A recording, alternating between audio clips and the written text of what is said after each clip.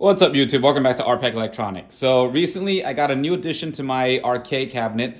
I got a Pixelcade LCD marquee. That's not the dot matrix one, it's the full real LCD marquee. I got it from one of my clients who was selling it for well, cash, obviously. But yeah, he gave me a good deal on it and I was finally able to get it hooked up. Al over at Pixelcade made me a custom bezel and a custom fit holder for my Game Room Solution arcade cabinet because originally it didn't fit perfectly. So they did a laser cut for me and it looks great.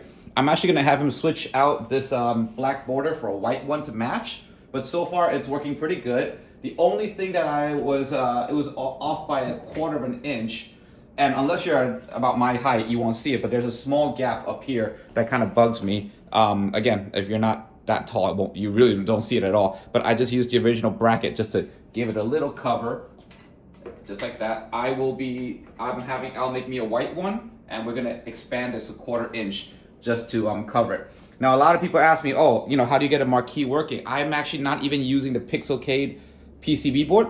I bypassed, I ran an HDMI cable straight to my PC. I'm just using LaunchBox's marquee software. So I don't have another layer of software on top. It's great, but I don't want to add a bunch of custom bezels and stuff. It's too much work. So right now I'm just having it through HDMI. You have to set the resolution to 1920 by 1080, all right? And it'll work with LaunchBox. Using 1920 by 360, which is its native resolution, does not work. So just to give you a full tour of my arcade, I have Ultimark RGB buttons here, which I replaced the shell with a clear shell so it's even brighter. I have the admin Ultralux buttons here, okay, because these have such a heavy spring, they're not really great for playing. This is Escape, Tab, P, and Control B, and I'll show you what that's for. All right, I have Coin and Start using Ultralux as well, but I have Joy to Key running on this one, so it does both Xbox back and start, and 5 and 1, 6 and 2. Okay, I am not a big fan of keyboard encoders because setting up emulators and games for that is annoying. So on mine, I have my iPad here, but that's just controlling the RGB lights and those 4 buttons. That's it. The rest of the buttons are hooked up to Brook Zeros. Okay, I'm gonna zoom in for you. So those are Brook Zero Pis. They're very inexpensive, like $30, but they do pure X input. And I can switch my joystick from D-pad to left joy analog easily with a hot key. Okay, so I have 2 of those here. These are IL Euro sticks. These are the best in my opinion for playing fighting games. They're not great for things like Pac-Man, which require a dedicated 4-way, but you can't have too much stuff, honestly, in one stick. So I did a custom LED bat top. I paid like $75 to have someone custom make it for me on a lathe, and they have glow powder mixed into them, okay? I have a mini keyboard there that I use once in a while. I'm running everything from my 4TB RAD drive. That's my Ray's arcade only drive, okay? I'm running it through SSD. I don't have a big hard drive in here for games. Some power supplies, LED stuff, a volume knob just in case I need to adjust volume, a USB switching hub. This allows me to turn my LEDs on and off if I don't want to, and I can disconnect these 2 sticks at any time. So if I want to use a game controller pad, I don't want it interfering. I want it to be player 1 and 2, so I got to turn off these. Okay, that's the easiest way in my opinion. I have run a USB port here, and I added 2 DC ports for my recoil guns. Okay, so I can plug in guns. Now, you could have just ran the USB into the cabinet and not do this, but because I test so many Gunfire Arts every day, I need to be able to hot swap them nonstop. And a power button here turns off my screens, but not my PC. My PC is an always on PC because not only does this double as my gaming arcade, of course, it has 32 terabytes inside for all my porn. I mean, for all my cartoons and TV shows. And that actually is my Plex server that's always running.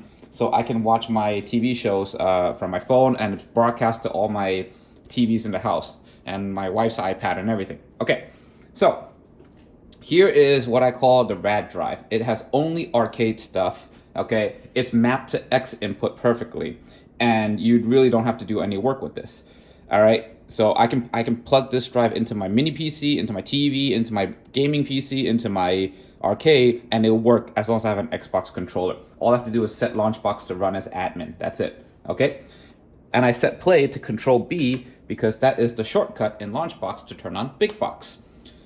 When you set your LaunchBox to run as administrator, because I want certain things to run properly like demo shooter, it will not start with your PC if you have user account control turned on. So otherwise you have to do this. All right, so here you can see my super ultra clean build. Okay, all my buttons light up according to the game.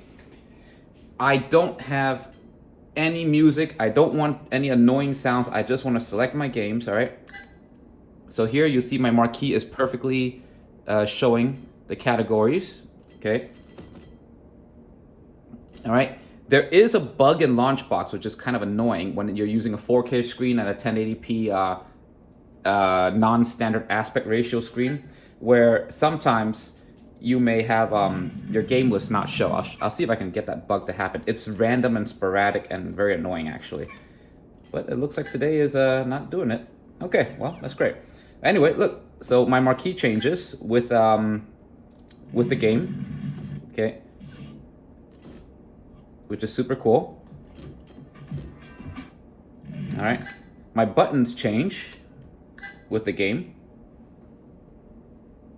And it's a very clean launch sequence. And it's an ultra clean exit sequence. All right. A lot of people who build drives, they never show you it actually turning on a game properly and then exiting a game. They just cut straight to the, to the gameplay. And I don't cut my videos because I don't know how. All right.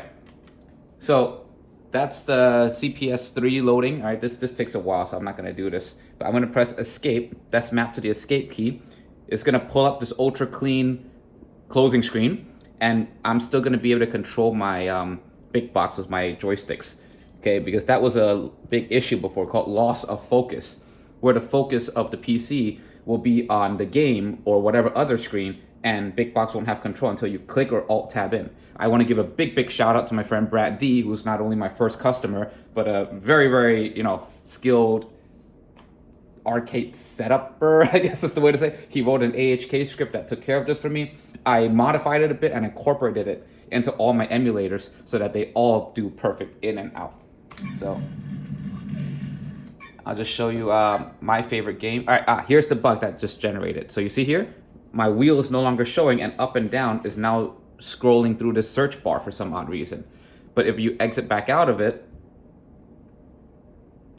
you have to exit twice and then go back in, it'll be normal.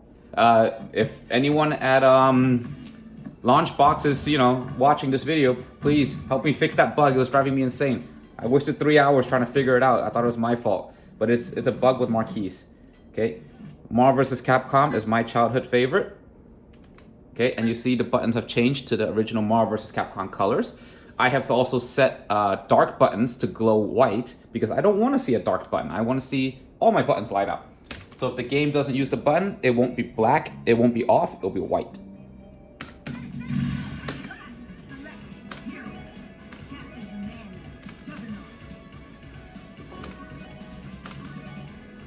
All right. Because I'm using Brook encoders, there's no lag time, there's no interference with keyboard hotkeys, there's no sticky keys, none of that. Of course, this doesn't make you a better player. That's completely irrelevant to the hardware. But these Euro sticks are great. They feel exactly like the original arcade, because they are the original arcade joysticks. I just made them light up. All right. I can also do a pause screen by pressing coin and start. All right. If you're using an Xbox controller, pressing start and back and start will bring up the pause screen where you can exit. So that means you don't need a keyboard anymore. Notice I haven't touched a keyboard all day. I'm gonna exit, perfect close, back, still got focus. All right. I made it so that it just has the minimum video playing here. I don't want to have it playing in the background and make it really confusing and hard to read. I just want this. Okay. This build only has arcade stuff that I can play with these 7 buttons, okay? I have some of the more advanced stuff like Atomiswave. Okay, these are all running. Right now I'm using Atomiswave's Dreamcast conversion, running it through Redream, so the quality looks really, really good on these. Redream is actually more efficient, in my opinion, than demo for running these type of games, because look how fast it loaded. I got a 60 FPS, no problem. I want it to be fast. I don't want to wait, 3-5 seconds for a game to start and then have it crash out. Demo always gave me that feeling. And I also have a hotkey for turning up the volume and down. Just coin, which is back, and up and down to turn up the volume. Perfect loading.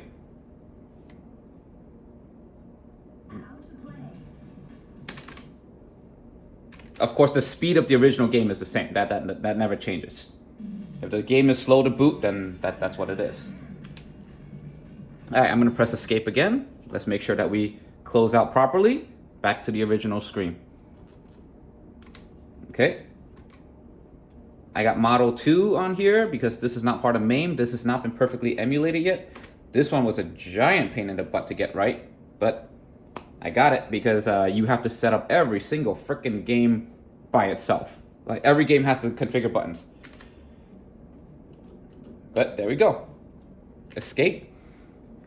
Perfect close. Perfect back.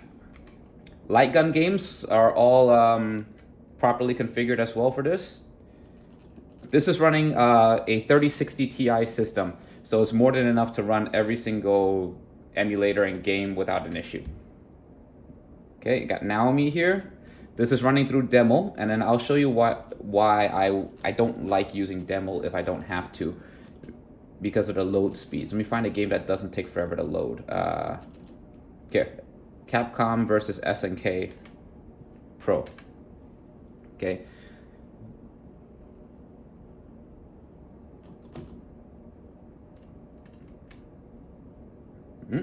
There we go. Yeah. See, it always gives you that like 4-second pause. It never made me feel comfortable about that. I know it's working, but I don't like seeing this gray waiting and loading screen. I want to get right into Naomi if I can. But for now, as far as I know, there is no alternative to this other than maybe Flycast, which is not great. So once Naomi games get ported over to Dreamcast, and I mean the original arcade games, not the not like the Dreamcast versions, because there's some of these games that would never port it properly, then I will definitely convert it over. Okay, I'm gonna exit this because, yeah, these have a long waiting time. Yeah, I don't have patience. But you'll notice my bezels, my marquees are working properly, and I still have full control. Okay. Naomi 2, same thing, but only like 3 games work there. All right. Consoles, I only have arcade ports. So for Xbox, I have Silent Scope and Virtual Cop 3. That's really it. Just because these two can't be played any other way. Virtual Cop 3 was very difficult to get working to begin with. I now have it working at 4K with 2 guns. All right. Thanks to the new version of CXBX Reloaded, and in cooperation with Demo Shooter. All my light gun games use coin and start as a 5 and 1 because they don't take X input for the most part. That's why I have to use joy to key here. And then I have my Gunfire R. Okay, this is a fully loaded one. If you are my existing Gunfire R client, right now we're so out of parts, like it's ridiculous. The factory doesn't even know when they're gonna get them in. But if you have it, you can send them in for an upgrade for a new cable with recoil, rumble, I know you can't hear that, and a flush fit fisheye lens adapter. This is using custom PCBs, custom 3D printed parts now that JB designed for us. And yeah, it's so beautiful. And you have a nice recoil. Okay, I'm gonna skip, yeah.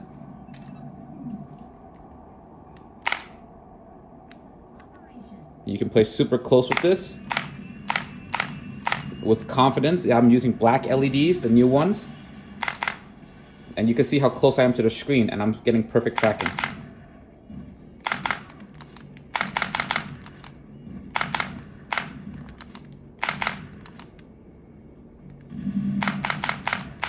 right, let's escape properly. Make sure it closes out. Okay, and here we are, we're back. When you have a resolution change, it does take a few seconds, but that's perfectly fine.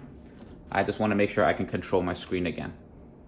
Yeah, resolution shifting is always a pain in the butt when you have two screens going on and going from 1080p to 4K, 4K and back, because some games just were never in 4K and you couldn't upscale them. NES, I only did just the light gun games, that's it.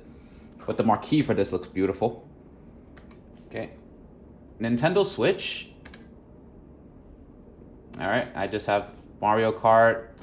I like Pokemon, so I actually usually never play this on an arcade. I would just use my controller for this, but just for those few light, casual games, because this is at the end of the day a showpiece. Like, I barely play now. I have lots of other things to do, but I use this just to show off to my friends, and I want to make it so easy that anyone can play it. I got Tatsunoko versus Capcom for Dolphin emulator, and the rest are just light gun games and Mario Kart. That's it. I just want to show you guys how cleanly it boots up. There we go, clean boot. Okay, because I have a 3060 Ti in here, Dolphin runs super smooth. We're at 60 frames per second, 59 point whatever bloody hell it is.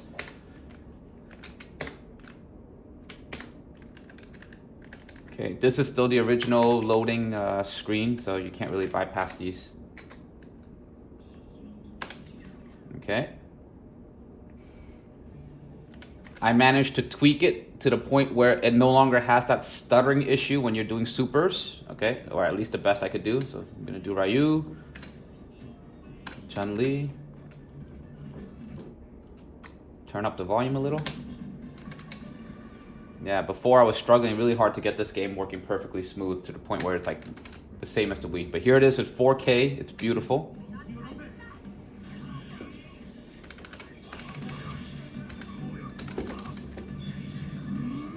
See the super? No stutter now. Whether or not you can actually hit the guy is a whole nother problem. Oh, I had a stutter there. That's because I haven't played it on this yet. This needs to do a shader compilation. After you play through it once, then it won't do a compilation anymore. There's really no way around that.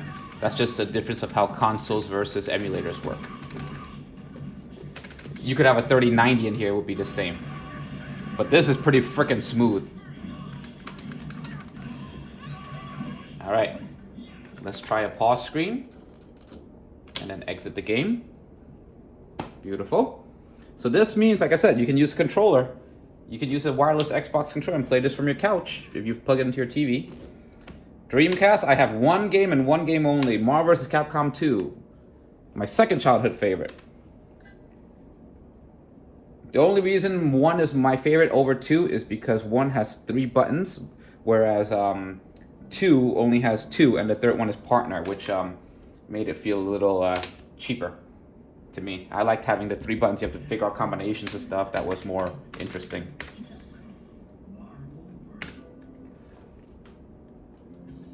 All right, and you see my buttons are all perfectly mapped here.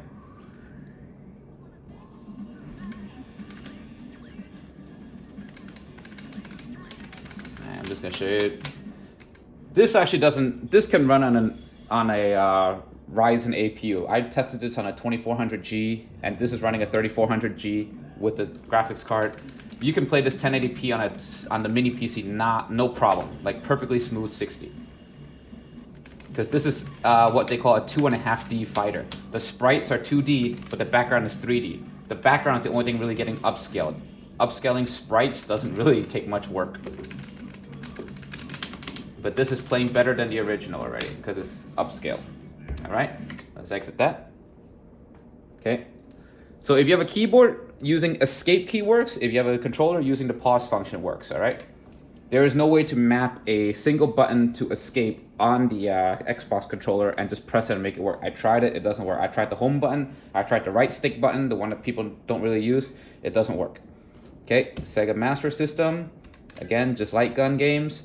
I'm gonna be improving this one in a little bit just so that I can have a crosshair when I play this, because right now the original emulator BizHawk on this has no crosshair. So if you don't,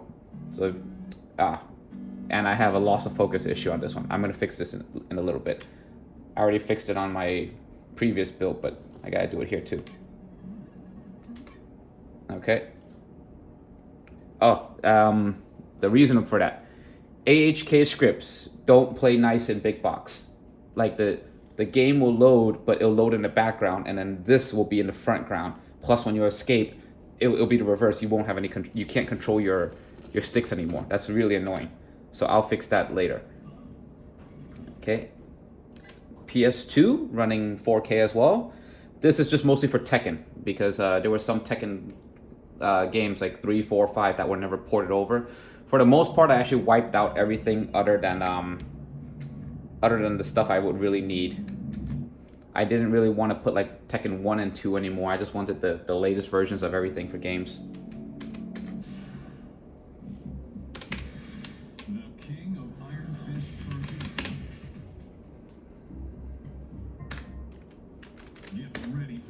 Yeah, PS2 was originally a 480p system, so you know, upscaling this looks great, but it's still nothing compared to like Tekken 7.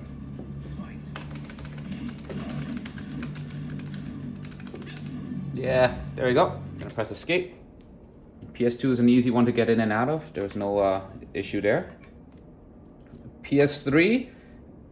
All right, this takes a while to load, so I'm not gonna show it, but it's just Time Crisis 3, just 4, and Death Storm Pirates. This works perfectly fine here. All right, some basic pinball stuff. Okay, this is just running a Pinball FX2. I'm really not a big pinball guy, but I have, just to show how I mapped it. This is the right trigger and left trigger. Okay, this is actually mapped to a fight stick layout. So blue is X, Y, A, B, RB, RT, LT. So this is exactly what you would see on a modern fight stick. So if you're using like a Kanba Obsidian or something like that, yeah, then these will match. So you can use fight sticks on this build too. Again, whether or not you suck at this is a different story. I know this is getting to be a long video, but I hope you guys do watch through. See, that's bullshit when the ball just shoots right in the middle. Yeah. I was gonna do some dedicated pinball buttons, but I thought about it. I'm like, you know what? I gotta map it all over again, and then I really don't play that much pinball. If I had a dedicated cabinet, maybe, but I was like, I'm not gonna bother adding 2 side buttons, and then I gotta reach over here. All right, so pressing escape closes that out very nicely, and we're back. Okay, if you notice, I'm using both the blue to enter and the green. I've double mapped it. It also works with the keyboard. So if I